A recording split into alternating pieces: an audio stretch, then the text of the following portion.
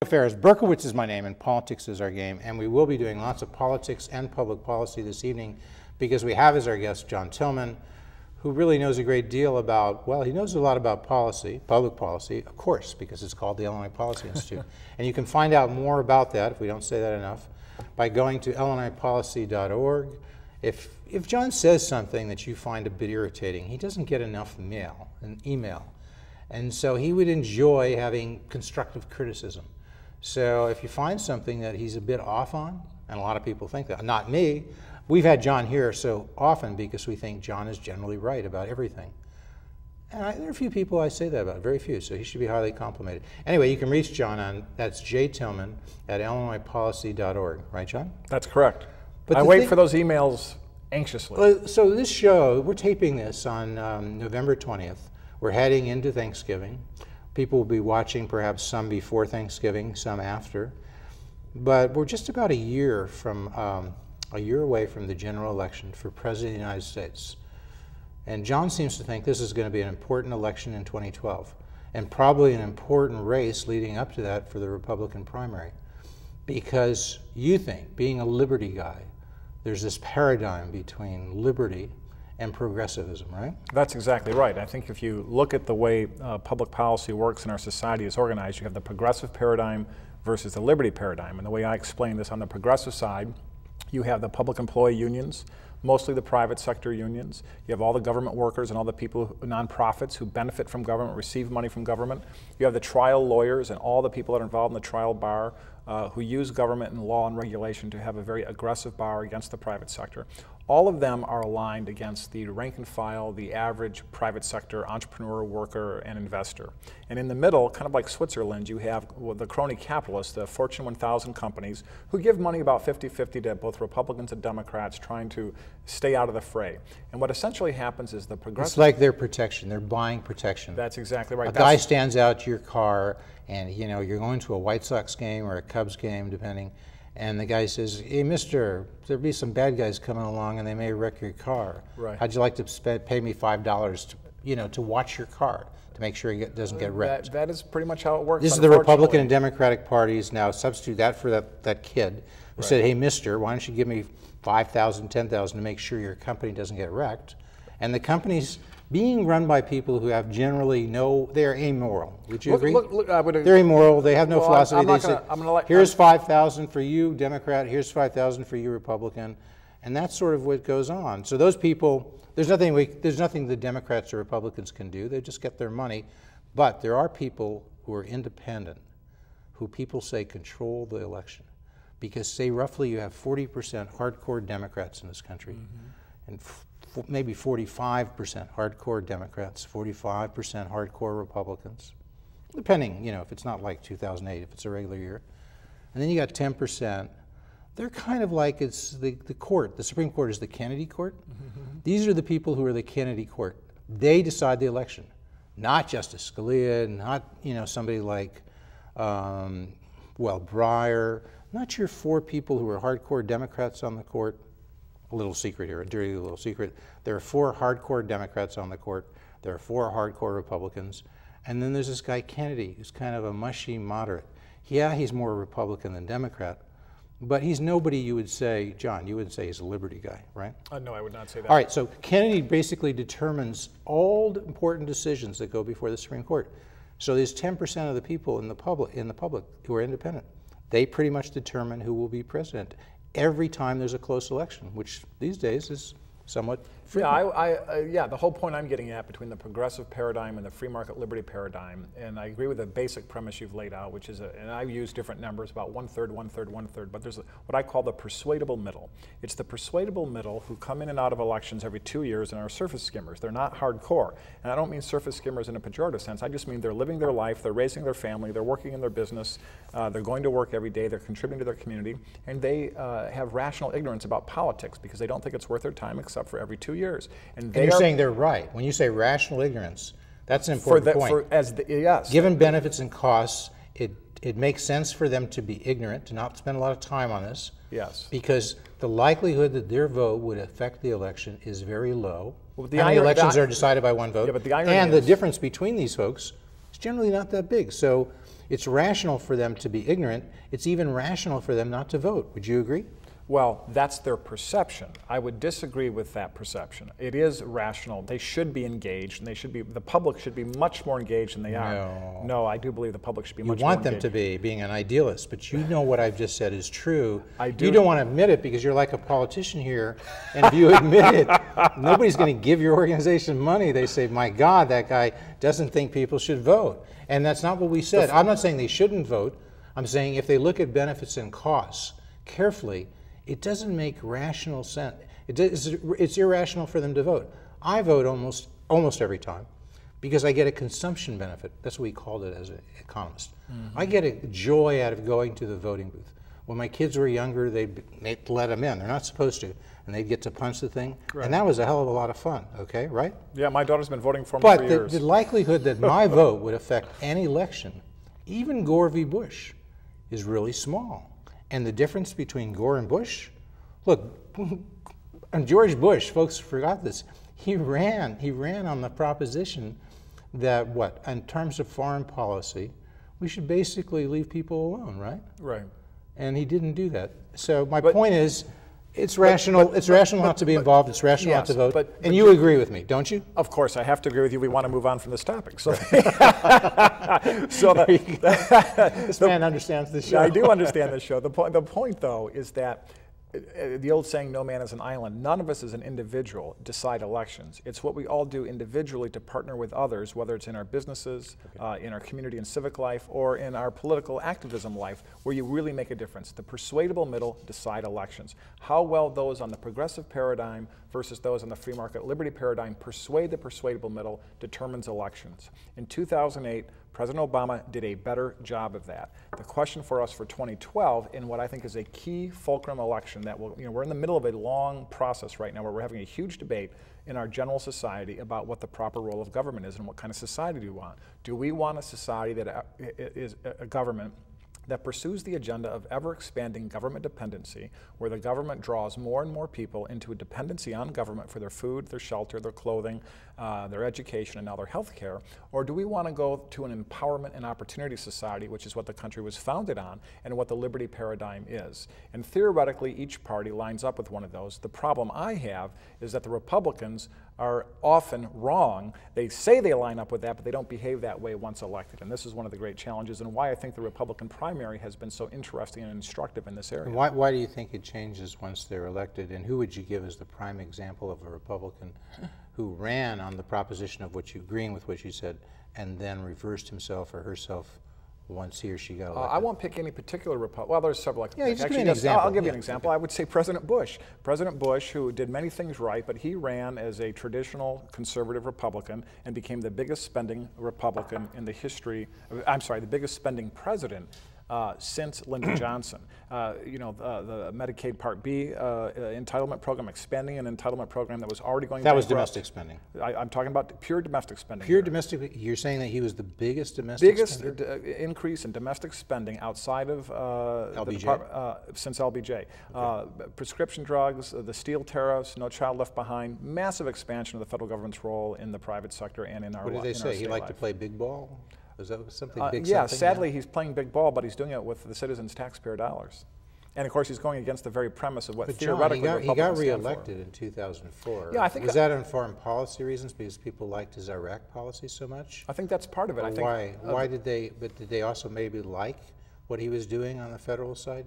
No, maybe you're out of step, and he was in step. No, let me tell you why I'm not out of step. Here's exactly what happened, in my humble opinion. I've been saying for years that the genesis of the Tea Party that burst forth into the country in 2009 was actually 2003 with the passing of the prescription drug bill and the big spending of the Republicans in that legislature, in Congress at that time, and that they got a pass in 2004 because even though they were very bad on the domestic side and were big spenders, They got it passed because the country did not want to let go of they didn't want to give up and hand the Iraq War over to Senator Kerry. So Bush got it passed in 2004, but the economic conservatives... On foreign policy grounds, because they actually were not upset with his Iraq policy, they were concerned that Kerry was screwed up. The key point here is that the economic conservatives, independents and Republicans alike, were unhappy and disenchanted, but they gave him a pass because they want to stay with the foreign policy, particularly the Iraq policy, of Bush in 2004. By the time you roll forward to 2006, they were so upset about it, they took a blunt instrument and applied it to the Republicans.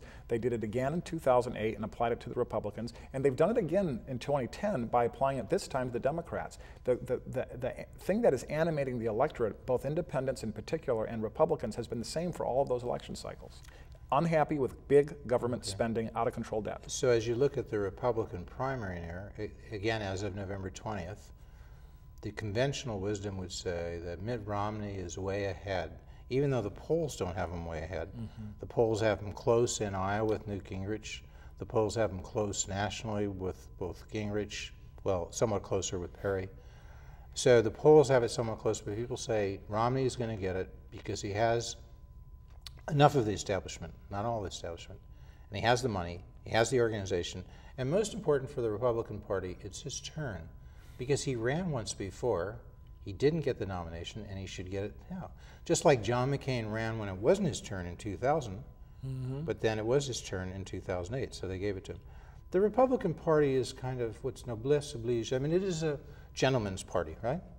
I'd say it used to be. I'm not so sure it's going to be this time. So are you saying Mitt Romney won't get the nomination this time? I'm saying if I had to predict today, I'd predict Mitt Romney would, but there are many risks for Mitt Romney, and I think excuse me, but give me the odds. If you had to say 2 to 1, 5 to 1, 10, I want to get a ballpark. I'd say it's 60% likely Mitt Romney is going to be the nominee. What does that mean in a 5 to 1, 10? You know that's you're the guy from the University of Chicago, not me. I'm not going to do the math in that way, but the. Well, John, you did pretty well in school. That would be 3 it was to 2. Wayne State, but you did well. You did well, right? 3 to 2 odds. 3 to 2 odds. So that's now pretty somebody close. watching That's this will. Somebody 3 to 2 odds is pretty good. Yeah. I mean, pretty good that he's ahead. Yeah, I mean he's you've got 3 to 2 odds. You're a heavy favorite. That's like 15 to 10. That is like if we narrow it down more, 15 to 10 would be 3 to 2. Precisely. Yeah. That was some of the best television the people that are watching right now have ever seen. That little moment right there. We got that because we know numerators, we know denominators. Yes. We're no fools. We're not Michelle Bachmann. We're not Sarah We're no Palin. Tax attorneys. We're no tax attorneys. That's right. But here's what's going on. John and I are no tax attorneys. No, we would prefer to pay no taxes as well. Absolutely. The thing I think is interesting about what's going on in the Republican primary is that Mitt Romney has been sort of capped around 20 to 30% most of the time, rarely risen above that.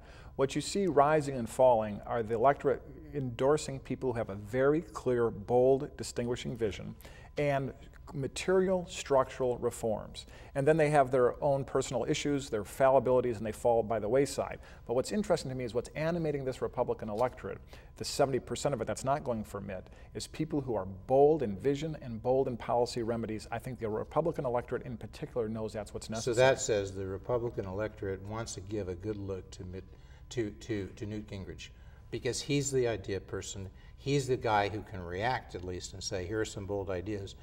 I don't think Rick Perry can do that. You would agree. Well, I think he's demonstrated so far he's having a challenge with that. He has trouble thinking in public, okay? I mean, seriously, there's something about the guy. So that's a problem. And Ron Paul is a bright guy, but people just say he's not. We know Ron Paul. We don't think he's going to be a contender, so he's out. And so, who does that leave you with? Only I keep saying, but only Newt Gingrich, right? Would you agree with that? It's either Mitt or it's Romney. As of today, when we're talking about this, that is certainly the way it seems. But as you well know, politics has a very strange way of throwing us curveballs. But so the short of it, and then we'll get on to other things. But this is more. We're doing more national, and I know your organization focuses more on state and local issues. No, but it is important, okay? Yeah. And so Newt has a shot, and it probably depends on whether he can adapt. He can look at this independent group, look at what you say, 33%. For the Republican primary, it's even larger. Right. It's hard to call them independents, but these are people who want something different than they've had. Something with Romney, they saw somebody who, well, it was on the social issues, he flip-flopped more, but now he's sort of been flip-flopping on the economic issues. This thing about, well, maybe we shouldn't maybe we shouldn't allow the top 2% to keep their tax cuts, right? It's good you brought that up, because I think one of the main problems that Romney has is those two issues. Number one, he has bought the argument of President Obama on the fact that the rich can take care of themselves, which is an anti-liberty argument. The idea that he's buying in that at a certain threshold, above that you don't get any tax breaks and below that you do, and he says, I'm worried about the middle class. What he doesn't understand is how the marginal impact of taxation on people at the upper end has a huge impact on investment, which actually hurts the middle class. Could he really not understand that? Doesn't he have like an MBA from what is his academic training? It's not that he doesn't understand it intellectually. It's that from a marketing point of view, he thinks he's better off using the the class argument warfare that Obama is. And the so same thing. Do you think Obama understands it, but he also thinks he's better off making this sort of class warfare argument? They both, because they both agree. One thing, you heard it first here. John and Jeff agree, and we agree that Mitt agrees with Barack.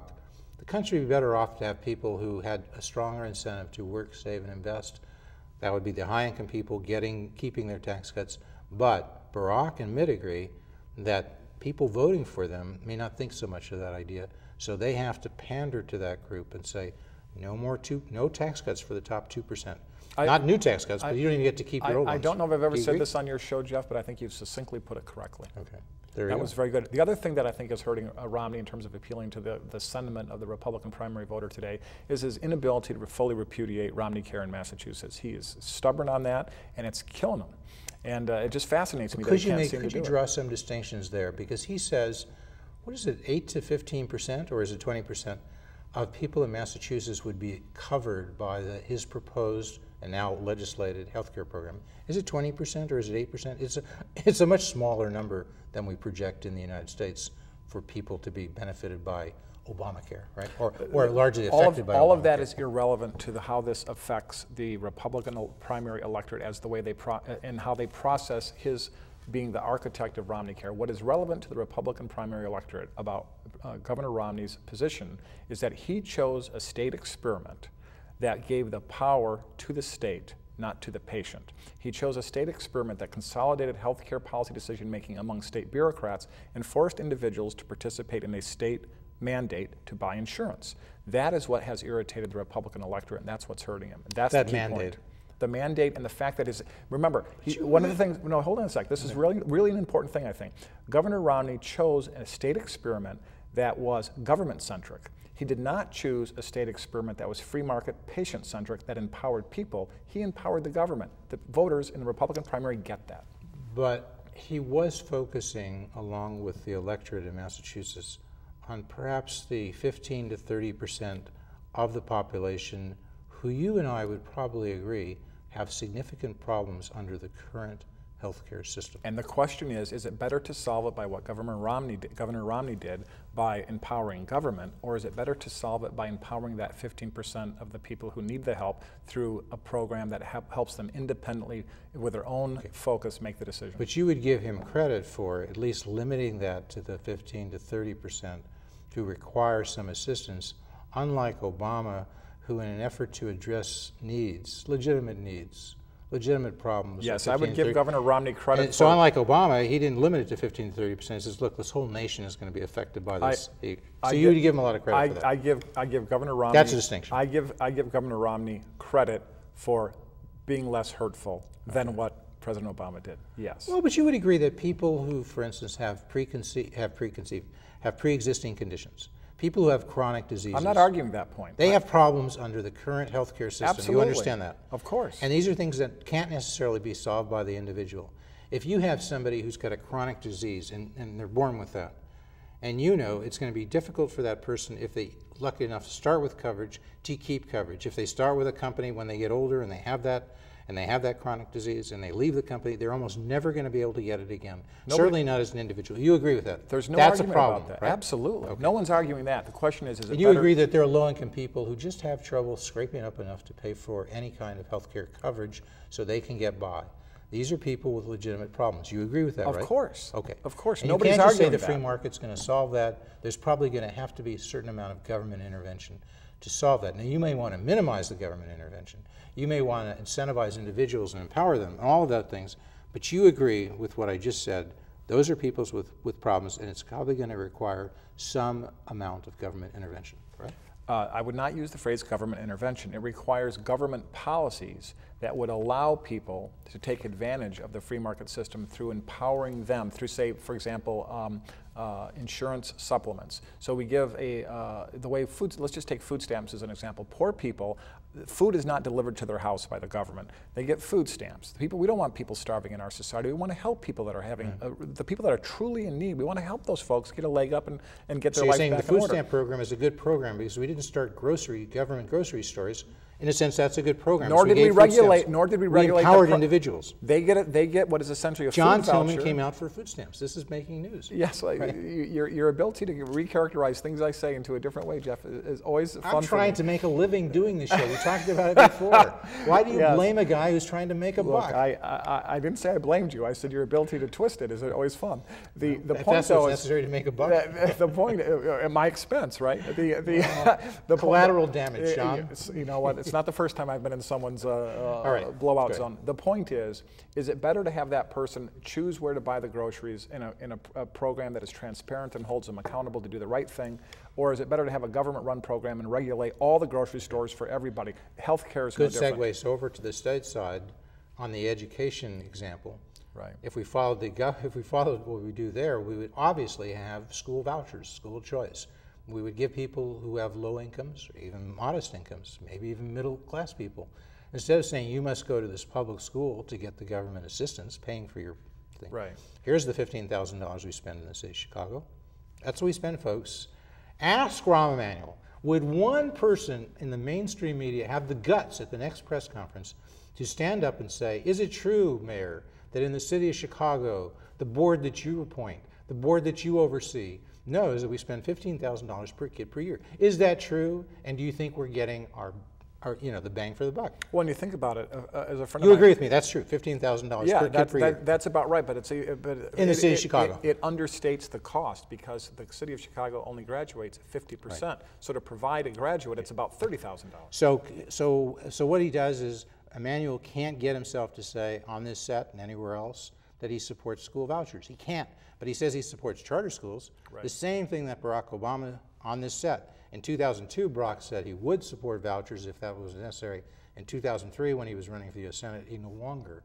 He saw the light. Why do you think that is, Jeff? Because he wanted, look, I understand, I'm not blaming Barack. He wanted to be the U.S. Senate nominee in the Democratic primary, and that was not going to happen if he continued to say he favored school vouchers. Why, though?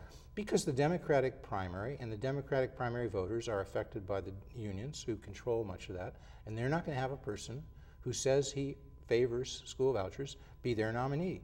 But there are similar things on the Republican Party where there are some things that Republicans shouldn't say, but running for office they have to please certain special interest groups, and they do.